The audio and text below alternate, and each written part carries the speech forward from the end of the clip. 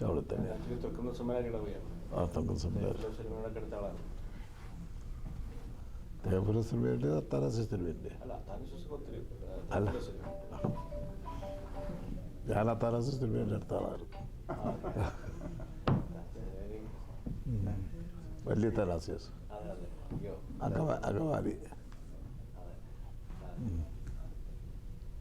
ഞങ്ങൾ ഉദ്ദേശിക്കുന്നത് കുറച്ച് ജനറൽ ക്വസ്റ്റ്യൻസും സഭയുമായി ബന്ധപ്പെട്ട ചില കാര്യങ്ങൾ ചോദിക്കാനാണ് ഉദ്ദേശിക്കുന്നത്. അപ്പോൾ നമുക്ക് തുടങ്ങാം. ഇത് ഓൺ ചെയ്താന്നോ? ഓൺ ചെയ്തിട്ടില്ല, പക്ഷെ നമ്മളൊന്ന് വർത്താനം പറയുന്നുള്ളൂ. അതല്ലേ ഞാൻ ചോദിച്ചത്. അതിന് മറുപടി പറയാം. അറിയാൻ വയ്യാത്തതിന് മറുപടി നൽകിയില്ലെങ്കിൽ അത് മറ്റൊരു വിധത്തിലും ചിന്തിക്കുന്നു. അത്രയും ആദ്യമായിട്ട് മലയാളത്തിൽ തന്നെയാണല്ലോ. ആദ്യമായിട്ട് India north Texas India press ക്ലബിൻ്റെ ക്ഷണം തിരിച്ചു വന്ന തിരുമേനിയോട് ഞങ്ങൾ ഡാളസിലേക്ക് സ്വാഗതം ചെയ്യുന്നു. അതോടൊപ്പം തന്നെ തിരുമേനിയെ കൊണ്ടുവരാനായിട്ട് ശ്രമിച്ച കരോട്ടിലെ അച്ഛനും ഷാജി, പിന്നെ ജെയിംസ് നേപ്പറം, അദ്ദേഹത്തിൻ്റെ പത്നി, ഒത്തിരി താങ്ക്സ് ഉണ്ട് കേട്ടോ.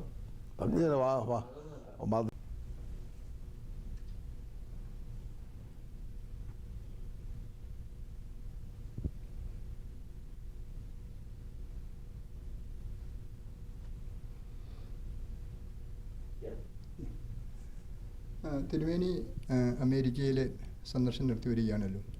ഒരു സുഹൃത്ത് സന്ദർശനം എന്നതിൽ കവിഞ്ഞ് ഈ യാത്രയിൽ പ്രത്യേക വല്ല ലക്ഷ്യങ്ങളുണ്ടോ?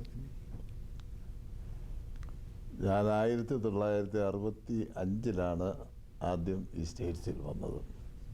അതിനുശേഷം പല പ്രാവശ്യവും വന്നിട്ടുണ്ട്. ഇപ്പോഴത്തേതും ഔദ്യോഗിക സന്ദർശനമല്ല, ഒരു സുഹൃത്ത് സമ്മേളനമാണ്. മറ്റ് പ്രത്യേക ഉദ്ദേശങ്ങളൊന്നും ഇല്ല. നോർത്ത് അമേരിക്ക, യൂറോപ്പ് ഭദ്രാസന പ്രവർത്തനങ്ങളെ എങ്ങനെ തിരുമേനി വിലയിരുത്തുന്നു?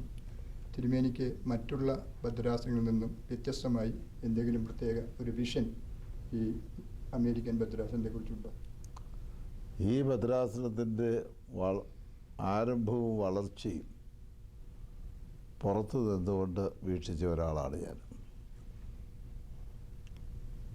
65 ഞാൻ വരുമ്പോൾ അമേരിക്കയിൽ വളരെ ചുരുക്കം ആളുകൾ പല സ്ഥലങ്ങളിലും ഉണ്ടായിരുന്നുണ്ട്. ഞാൻ വാഷിങ്ടണിലാണ് താമസിച്ചിരുന്നത്. എന്നാൽ അവിടെയും മലയാളികളായ ആളുകളെ കാണുവാൻ വളരെ വിരളമായിരുന്നു. എന്നാൽ ഇന്ന് 70കളുടെയും 80കളുടെയും കാലഘട്ടം കഴിഞ്ഞപ്പോൾ പ്രവാസികളായ മലയാളികൾ എല്ലാ ജാതി മത വിഭാഗങ്ങളിൽ നിന്നും വന്ന് ഈ രാജ്യത്തിൻ്റെ പൗരന്മാരായി തന്നെ പൗരത്വം സ്വീകരിച്ച് ദേശീയ വളർച്ചയിൽ പങ്കാളികളാകുന്നു എന്നുള്ളത് ഭാരതത്തിന് തന്നെ അഭിമാനകരമാണ്. ആ ഒരു വിധത്തിൽ മറ്റ് ഭദ്രാസനങ്ങളെക്കാൾ വ്യത്യസ്തമായി ഈ ഭദ്രാസനത്തിന് ഒരു സ്ഥാനമുണ്ട്. അത് നിർവഹിക്കുന്നതിൽ എല്ലാ ഇന്ത്യക്കാരും ഒരുപോലെ ആത്മാർത്ഥതയോടുകൂടി ഈ രാജ്യത്തിൻ്റെ പൗരന്മാരുള്ള നിലയിൽ അവരുടെ കടമകളെ നിർവഹിച്ച് കാണുന്നത് അതിയായ സന്തോഷമുണ്ട്. അതിൽ സഭയും പങ്കാളികളായി തീരുന്നു എന്നുള്ളതിലും ചാരിതാർത്ഥ്യമുണ്ട്. ഈ അമേരിക്കയിൽ ജനിച്ചു വളർത്തപ്പെടുകയോ പഠനം പൂർത്തിയാക്കുകയോ ചെയ്ത ദൈവവിളിയുള്ള യുവാക്കളെ പട്ടത്ത ശുശ്രൂഷയിലേക്ക് കൊണ്ടുവരുന്നതിന് സഭയായി എന്തെല്ലാം സൗകര്യങ്ങളാണ് അവർക്ക് വേണ്ടി ചെയ്തു കൊടുക്കുന്നത്? ഇപ്പോൾ തന്നെ കുറച്ച് പട്ടക്കാർ ആ വിധത്തിൽ ഇവിടെ ജനിച്ചു വളർന്നവരുണ്ട്. ഭാവിയിൽ ഇവിടെ ജനിച്ചു വളർന്ന ആളുകൾ ഇവിടുത്തെ വരും തലമുറകൾക്ക് ശുശ്രൂഷ ചെയ്യുവാനായി നിയോഗിക്കപ്പെടേണ്ടത് ആവശ്യകതയാണ്. കാരണം ഇന്ത്യയിൽ ഉള്ള ഇംഗ്ലീഷ് വിദ്യാഭ്യാസവും അമേരിക്കയിലുള്ള ഇംഗ്ലീഷ് വിദ്യാഭ്യാസവും സാംസ്കാരികമായിട്ട് തന്നെയും വ്യത്യസ്തമായിട്ടുള്ളതാണ്. അതുകൊണ്ട് അമേരിക്കയിൽ തന്നെയാവുന്ന വരെയും ദക്ഷിണ മേഖലകളിലും ഉത്തര മേഖലകളിലും ഉള്ളതായ ആളുകളുടെ ഈ ഇംഗ്ലീഷ് ഭാഷയിലുള്ളതായ വ്യതിയാനവും മനസ്സിലാക്കേണ്ടതാണ്. അത് ലോകത്തിലെ എല്ലാ ഭാഷകളിലും ഉള്ള വ്യതിയാനമാണ്. അതുകൊണ്ട് ആരാധിക്കുന്നവരുടെ ഭാഷയിൽ ആരാധന ആയിരിക്കണമെന്നുള്ള നിഷ്കർഷയുള്ള സഭയ്ക്ക് അതാത് സ്ഥലങ്ങളിലെ ഭാഷകൾ സംസാരിക്കുന്ന ആളുകളോട് അതാത് ഭാഷകളിൽ സംസാരിക്കാൻ കഴിവുള്ള പട്ടക്കാരുണ്ടാകണമെന്നുള്ളത് ഒരു പ്രതീക്ഷ. ഈ എപ്പിസ്കോപ്പൽ ചർച്ചും ഈ അമേരിക്കൻ ആംഗ്ലിക്കൻ ചർച്ചും മർത്തോമ സഭയുമായിട്ട് നല്ലൊരു ബന്ധം നമ്മൾ വെച്ച് പുലർത്തുന്നുണ്ട്. പക്ഷേ ഈയിടെ ഉണ്ടായ എപ്പിസ്കോപ്പൽ ചർച്ച് തീരുമാനം ഈ സ്വവർഗ വിവാഹവും സ്ത്രീ പട്ടത്വ ശുശ്രൂഷയുമൊക്കെയും അവർ അംഗീകരിച്ചതിൻ്റെ പേരിൽ അമേരിക്കൻ ആംഗ്ലിക്കൻ ചർച്ച് അവരുമായിട്ടുള്ള ബന്ധം വിച്ഛേദിച്ചു. എന്നാൽ മർത്തോമ സഭയുമായി മർത്തോമ സഭ അവരുമായി ബന്ധം തുടരുന്നത് ആത്മഹത്യാപരമാണോ, ദൈവവചനത്തിന് വിധേയമായിട്ടുള്ള ഒരു പ്രവർത്തനമാണ്? അമേരിക്കൻ എപ്പിസ്കോപ്പൽ ചർച്ചുമായിട്ടല്ല മാർത്തോമാ സഭയ്ക്ക് ബന്ധമുള്ളത്. ആഗോള ആംഗ്ലേയ കമ്മ്യൂണിയനുമായിട്ടാണ് ബന്ധമുള്ളത്. എന്നാൽ ഓരോ രാജ്യങ്ങളിലും വൈരുദ്ധ്യങ്ങളുണ്ട് അവരുടേതായിരിക്കുന്ന സാംസ്കാരിക കാഴ്ചപ്പാടിൽ. അത് അംഗീകരിക്കുന്നില്ല എങ്കിലും ഒരേ ചിന്താഗതിയിലുള്ളവർ മാത്രമല്ല, പിന്നെയോ ആഗോള വ്യാപകമായിരിക്കുന്ന ഒരു വീക്ഷണത്തിലൂടെ ചില കാര്യങ്ങൾ ബന്ധപ്പെടുന്നത് കൊണ്ട് എല്ലാ കാര്യങ്ങളും പരസ്പരം അംഗീകരിക്കണമെന്നില്ല. അംഗീകരിക്കാവുന്നവയെ അംഗീകരിക്കുകയും അംഗീകരിക്കാൻ വയ്യാത്തതിനെ ആദരിക്കുകയും ചെയ്യുന്നതാണ് മാർത്തോമാ സഭയുടെ അടിസ്ഥാനപരമായുള്ള കാഴ്ചപ്പാട്. ആ കാഴ്ചപ്പാടിൽ ഇവിടുത്തെ എപ്പിസ്കോപ്പൽ സഭയുമായിട്ട് ഉള്ള ബന്ധം വിച്ഛേദിക്കേണ്ട കാര്യമില്ല. ഒരു അഭിപ്രായ വ്യത്യാസമുള്ള ഒരു സാഹചര്യത്തിൽ ബന്ധം വിച്ഛേദിക്കുന്നത് കൊണ്ട് ഒരു കാലത്തും ഒരു പുരോഗതിയും നമുക്ക് കൈവരിക്കാൻ കഴിയുകയില്ല. ആ തെറ്റ് ഇന്ന് നമുക്ക് അവബോധമുള്ളത് തെറ്റാണെന്ന് ബോധ്യപ്പെടുത്തുവാൻ തക്കവണ്ണം ചിലപ്പോൾ തലമുറകൾ എടുക്കുമായിരിക്കാം ഒരു പരിഹാരം കണ്ടെത്തുവാനായിട്ട്. ഈ മാരാമൺ പാലക്കുന്നത്ത് കുടുംബത്തിൽ നിന്നുള്ള 5ാമത്തെ മെത്രാപ്പൊലീത്തയാണല്ലോ അങ്ങ്. സഭാ ശുശ്രൂഷയിലേക്ക് ആകർഷിക്കപ്പെട്ടതും ബിഷപ്പാകുവാൻ പ്രേരണ നൽകിയതുമായ സംഭവങ്ങളെക്കുറിച്ച് തിരുമേനിക്കൊന്ന് ജസ്റ്റ് ചുരുക്കമായിട്ടൊന്ന് പറയാം. മറ്റുള്ളവരുടെ പ്രേരണ കൊണ്ടല്ല ഞാൻ സഭാസേവനത്തിനായിട്ട് വരുവാനായിട്ട് താല്പര്യപ്പെട്ടത്. സഭ എന്നെ ആദ്യമായിട്ട് സഭാസേവനത്തിൽ വിളിച്ചു എന്ന് വരികയിലും ആ വിളിയെ ഞാൻ നിരാകരിക്കുകയാണ് ചെയ്തത്. എങ്കിലും എൻ്റെ മനസ്സിൽ ഉണ്ടായിരുന്നതായുള്ള ചിന്തകൾ, എൻ്റെ ജീവിതത്തിൻ്റെ ഭാവിയെക്കുറിച്ച് ഞാൻ ആലോചിച്ചു. അതുകൊണ്ട് വൈദിക അഭ്യാസം തന്നെ സഭയുടെ സ്പോൺസർഷിപ്പിലല്ല പോയത്, സ്വതന്ത്രമായിട്ട് പോയി. വൈദിക വിദ്യാഭ്യാസം കഴിഞ്ഞതിന് ശേഷം സ്വതന്ത്രമായൊരു തീരുമാനത്തിലൂടെയാണ് സഭാസേവനത്തിലേക്ക് വന്നത്. അതുകൊണ്ട് മറ്റുള്ളവരുടെ പ്രേരണയിലാണ് വന്നതെന്ന് വരികയിൽ പ്രയാസങ്ങളോ വിഷമതകളോ വരുമ്പോൾ, അല്ല അനുകൂലതകളോ വരുമ്പോൾ നമ്മൾ പലപ്പോൾ ലക്ഷ്യബോധം കൈവിട്ടു പോകാം. അനുകൂലതകളിൽ പാളിപ്പോകാതെയും പ്രതികൂലതകൾ തളർന്നു പോകാതെയും നിൽക്കുവാനായിട്ട് ആ ഒരു ജീവിതാനുഭവം എന്നെ ബലപ്പെടുത്തി. ജീവിതത്തിൽ അരനൂറ്റാണ്ടിലധികം സഭാ ശുശ്രൂഷയിൽ ചെലവഴിച്ച തിരുമേനിയുടെ ഇപ്പോഴത്തെ പ്രാർത്ഥന എന്താണ്?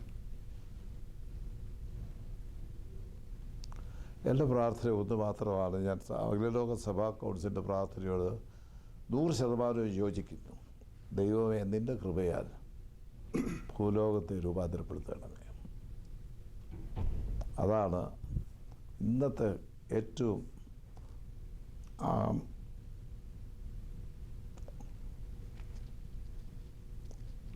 സംഗതമായിരിക്കുന്ന പ്രാർത്ഥന. തിരുമേനി സഭയുടെ പരമാധ്യക്ഷനായിട്ട് ഇനിയും ഒരു 10 വർഷം തുടരുകയാണെങ്കിൽ തിരുമേനിക്ക് സഭയെക്കുറിച്ചുള്ള ഒരു ദീർഘവീക്ഷണം എന്താണ്?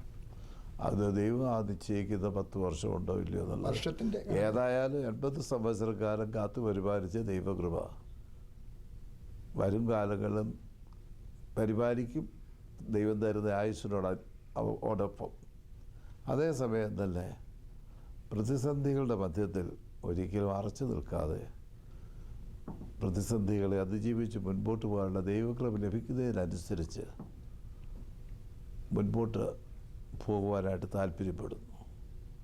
എപ്പോഴും വേദപുസ്തകത്തിൽ കാണുന്നത് മുമ്പിലുള്ളതായുള്ള ദൂരം സഞ്ചരിക്കുന്നതിന് കൂടെ നടക്കുന്നതായ ബലപ്പെടുത്തുന്നതായ ഒരു ദൈവകൃപയാണ്. അത് ഞാൻ ശരണപ്പെടും. തിരുമേനിയുടെ മുൻഗാമികളായ അലക്സാണ്ടർ മാർത്തോമാ മെത്രാപ്പൊലീത്ത, മാർ ക്രിസോസ്റ്റം എന്നിവർ പരമാധ്യക്ഷ സ്ഥാനത്ത് നിന്ന് വിരമിച്ച മാതൃക തിരുമേനി പിന്തുടരുവാൻ ആവശ്യമെങ്കിൽ അത് ചെയ്യും.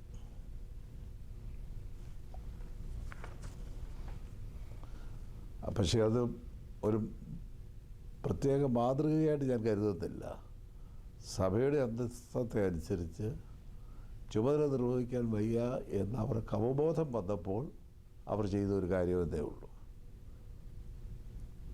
അല്ലാതെ മറ്റു കാരണങ്ങൾ കൊണ്ടല്ല. സഭ ഈയിടെയായിട്ട് മർത്തോമാ സഭ എന്തെങ്കിലും പ്രതിസന്ധികളെ അഭിമുഖീകരിക്കുന്നുണ്ടോ? കേരളത്തിലായാലും അമേരിക്കയിലായാലും. രാഷ്ട്രീയമായും സാമൂഹ്യമായും സഭാപരമായും നിരവധി പ്രശ്നങ്ങളെ അഭിമുഖീകരിക്കുന്നുണ്ട്. ഒരു ഉദാഹരണം പറയുകയാണെന്ന വരെയിൽ മുമ്പുണ്ടായിരുന്ന രീതിയല്ല ഇപ്പോൾ അമേരിക്കയിൽ തന്നെയുള്ളത്. പട്ടക്കാർക്ക് 36 മാസം വീസ കിട്ടിക്കൊണ്ടിരുന്നു. ഇപ്പോൾ അത് 30 മാസമാക്കി കഴിഞ്ഞാൽ പ്രായോഗികമായുള്ള വളരെ വിഷമതകളുണ്ട്. ഒരു സംവത്സരത്തിൻ്റെ മധ്യത്തിൽ പട്ടക്കാർക്ക് ട്രാൻസ്ഫർ വയ്ക്കുകയാണെന്ന് എല്ലാവരും കുട്ടികളുടെ വിദ്യാഭ്യാസത്തിന് 2 വർഷം നഷ്ടപ്പെടും പ്രായോഗികമായിട്ട് വരികയാണെങ്കിൽ. അത് എങ്ങനെ തരണം ചെയ്യണമെന്നുള്ളതിനെക്കുറിച്ച് ആലോചിച്ചുകൊണ്ടിരിക്കുകയാണ്. സഭയ്ക്കൊരു നിയമമുണ്ട്, 3 വർഷത്തിൽ കൂടുതൽ ഒരു പട്ടക്കാരനെയും ലോകത്തിൽ എവിടെയായിരുന്നാലും ഡെപ്യൂട്ടേഷനിൽ അയക്കുകയില്ല. ഇവിടെ ജനിച്ചു വളർന്ന പട്ടക്കാരാണെന്നവരിൽ അവർക്ക് തുടരാം. പക്ഷെ പുറത്തുനിന്ന് വരുന്ന പട്ടക്കാർക്ക് 3 വർഷത്തിൽ കൂടുതൽ യാതൊരു കാരണവശാലും അനുവദിക്കുകയില്ല. ഇവിടെ നിന്നുള്ള പട്ടക്കാർക്ക് കേരളത്തിലേക്കോ ഇന്ത്യയിലേക്കോ ട്രാൻസ്ഫർ കൊടുക്കാനുള്ള എന്തെങ്കിലും തീരുമാനം സഭയായിട്ട്? അങ്ങനെയുള്ളവരെ അവിടെ ആവശ്യമാണെന്ന് തോന്നിയാൽ ഗവൺമെൻറ് അനുവാദം വാങ്ങിക്കൊണ്ട് അവിടേക്ക് ട്രാൻസ്ഫർ ചെയ്യുന്നതിനായിട്ട് സാധിക്കും. അല്ലെങ്കിൽ ഇവിടെയുള്ളവരെ മറ്റൊരു സ്ഥലത്തേക്കോ ട്രാൻസ്ഫർ, ഇംഗ്ലണ്ടിലേക്കോ അല്ലെങ്കിൽ ഗൾഫിലേക്കോ ട്രാൻസ്ഫർ ചെയ്യുന്നതിനും സാധിക്കും. അതുകൊണ്ട് ഇവിടെ ഉള്ളവർ ട്രാൻസ്ഫറിന് വിധേയരല്ല എന്നുള്ളൊരു തെറ്റിദ്ധാരണ ഉണ്ടാകേണ്ട കാര്യമില്ല. അമേരിക്കയിൽ നിന്നും പുറത്തേക്ക് ട്രാൻസ്ഫർ കൊടുക്കാനുള്ള സാധ്യതകൾ അത് ഡെപ്യൂട്ടേഷൻ അത് 3 വർഷമേ കാണുകയുള്ളൂ. 3 years. തിരുമേനി രാഷ്ട്രീയമായിട്ടുള്ള പ്രശ്നങ്ങളെക്കുറിച്ച് പറഞ്ഞു. തിരുമേനി രാഷ്ട്രീയമായിട്ടുള്ള പ്രശ്നങ്ങളെക്കുറിച്ച് പറഞ്ഞു. ഇപ്പോഴത്തെ കേരള സർക്കാർ മാർത്തോമാ സഭയുമായിട്ടുള്ള ബന്ധം ഒന്ന് എങ്ങനെയാണ്? മാർത്തോമാ സഭ കേരളത്തിലെ എല്ലാ രാഷ്ട്രീയ പാർട്ടികളുമായിട്ടും ഉറ്റ ബന്ധമാണുള്ളത്. ഒരു രാഷ്ട്രീയ പാർട്ടികളുടെയും കക്ഷി ചേരാനായിട്ട് സഭ ആഗ്രഹിക്കുന്നില്ല. തെറ്റിനെ തെറ്റെന്ന് പറയും, ശരി ശരിയാണെന്നും പറയും. അതാണ് സഭയുടെ നിലപാട്. അത് ഇന്ന് തുടങ്ങിയതല്ല, സർസിപിയുടെ കാലഘട്ടം തൊട്ട് തന്നെ ആരംഭിച്ചതാണ്. അതുകൊണ്ട് ചില കഷ്ടനഷ്ടങ്ങളൊക്കെയും സഭയ്ക്കുണ്ടാകാം. അത് അഭിമുഖീകരിക്കാൻ സഭ തയ്യാറുമാണ്.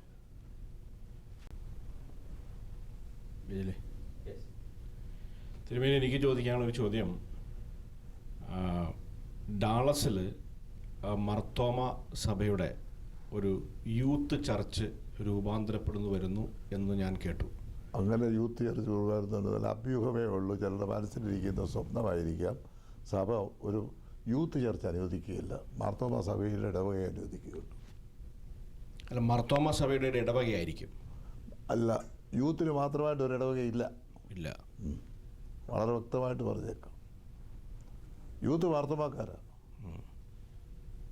മാർത്തോമാ സഭയുടെ ഭരണഘടനയ്ക്ക് വിധേയമായിട്ട് ഇടവകൾ അനുവദിക്കുക എന്നുള്ളതല്ലാതെ യൂത്തിനൊന്നും പറഞ്ഞുകൊണ്ട് സഭ ഇടവക അനുവദിക്കും. പ്രത്യേക ചർച്ച് അവർക്ക് അനുവദിക്കുന്ന ഇല്ല, പ്രശ്നമേ ഇല്ല. അങ്ങനെ ഒരു ആലോചന പോലും ഇതുവരെ വന്നിട്ടുമില്ല. ഇവിടെയൊക്കെ വല്ലവരും പറഞ്ഞു കാണുമായിരിക്കും. പറയുന്നതിലുപരി യൂത്ത് ഒരു മോമെന്റ് നടക്കുന്നു എന്ന് ഞങ്ങൾ ഇങ്ങനെ അറിഞ്ഞു. ഇനി ഇവിടെ മാത്രമല്ല യൂത്ത്, ലോകം എവിടെയും മാർത്തോമാ സഭയ്ക്ക് യൂത്തുണ്ട്. ഒരിടത്ത് യൂത്തിന് പ്രത്യേകമായിട്ട് സഭയുണ്ടാക്കി ഇടവ് കൊടുക്കുകയില്ല. അതിന് ഒരു ഡിപ്പാർട്ട്മെൻറ്റുണ്ട്, യുവജനസഖ്യം. അവരൊരു ആ ഡിപ്പാർട്ട്മെൻറ്റുകാർക്ക് അതിൻ്റെ സംഘടനാപരമായിട്ട് പ്രവർത്തിക്കാൻ അനുവാദമുണ്ട്. ഇംഗ്ലീഷ് മാസ് എന്നാണ് ഉദ്ദേശിക്കുന്നത്, അതോ യൂത്തിന് വേണ്ടി? അയ്യോ, ഇംഗ്ലീഷ് നിങ്ങളൊക്കെ പഠിക്കുന്നതിന് മുമ്പ് തന്നെ ഞങ്ങൾ അവിടെ നാട്ടിൽ തന്നെ നടക്കുന്നതാണ്. 40കൾക്ക് മുമ്പ് തന്നെ ഇംഗ്ലീഷ് ലിറ്ററേച്ചർ മാർത്തോമാ സഭയിലുള്ള പ്രായോഗികമായിട്ടുണ്ട്. ഇവിടോട്ട് വന്നത് 60-ന് ശേഷം ആളുകൾ വന്ന്. അതിനു മുമ്പ് 30കളിൽ തന്നെ മലേഷ്യയിലുമൊക്കെ ആളുകൾ പോയിട്ടുണ്ടായിരുന്നു. അപ്പോൾ അതുകൊണ്ട് തിരുമേനി യൂത്തിന് വേണ്ടി സർവീസസിൽ എന്തെങ്കിലും ചേഞ്ചസ് വരുത്താൻ പൗരാണികമായിരിക്കുന്ന ലിറ്ററേച്ചർ മാറ്റാനായിട്ട് ഒക്കെയില്ല. ഭരണഘടനയ്ക്ക് മാർത്തോമാ സഭയ്ക്ക് മാറ്റാനായിട്ട് ആർക്കും അധികാരമില്ല. ഈവൻ സഭാപ്രതിനിധി മണ്ഡലത്തിനാട്ടെ, എപ്പിസ്കോപ്പസ് സിനഡിനാട്ടെ മാറ്റപ്പെടാൻ പാടില്ലാത്ത ചില വ്യവസ്ഥകളുണ്ട്. ആ വ്യവസ്ഥയ്ക്കകത്ത് കൈ തൊടാനായിട്ട് യൂത്ത് ഇന്ന് മാത്രം ഉണ്ടായതല്ല, 60കൾക്ക് മുമ്പും യൂത്ത് ഉണ്ടായിരുന്നു. ഇന്നത്തെ യൂത്ത് ആണെന്ന വരിയിൽ ഒരു വിധത്തിൽ പറഞ്ഞു കഴിഞ്ഞാൽ വേണ്ടതുപോലെ പ്രായോഗികമായ കാര്യങ്ങളിൽ ഇൻവോൾവ് ചെയ്യുന്നില്ല. They do have an affluent life and easy life, but they are not courageous to face a critical situation. അത്ര കമ്മിറ്റ്മെൻ്റ് ഇല്ലെന്നാണോ തിരുമേനി? കമ്മിറ്റ്മെൻ്റ് അല്ല, അഫ്ലുവൻസ് കൊണ്ട് ഇതൊന്നും ഈ വിധത്തിലുള്ള എക്സ്പീരിയൻസ് ഇല്ല. അതായത് പ്രായമായ ആളുകൾ വളർന്നു വന്നതായുള്ള സാഹചര്യങ്ങളെക്കുറിച്ചുള്ള അവബോധമില്ലാതെ ഇന്നത്തെ സാഹചര്യങ്ങളെ കണ്ടുകൊണ്ട് സഭ രൂപാന്തരപ്പെടുകയില്ല. 2000 വർഷത്തെ പാരമ്പര്യമുള്ളത്. ആ 2000 വർഷത്തെ പാരമ്പര്യങ്ങളിൽ ഉൾക്കൊണ്ടതാണ് സഭയുടേതായിരിക്കുന്ന എക്ലീസിയാസ്റ്റിക്കൽ ഔട്ട്ലുക്ക്. അത് ഇന്നത്തെ 30 വർഷത്തെ ചെറുപ്പക്കാരെ കണ്ടുകൊണ്ട് സഭ മാറ്റാനായിട്ട് ഒക്കെയില്ല.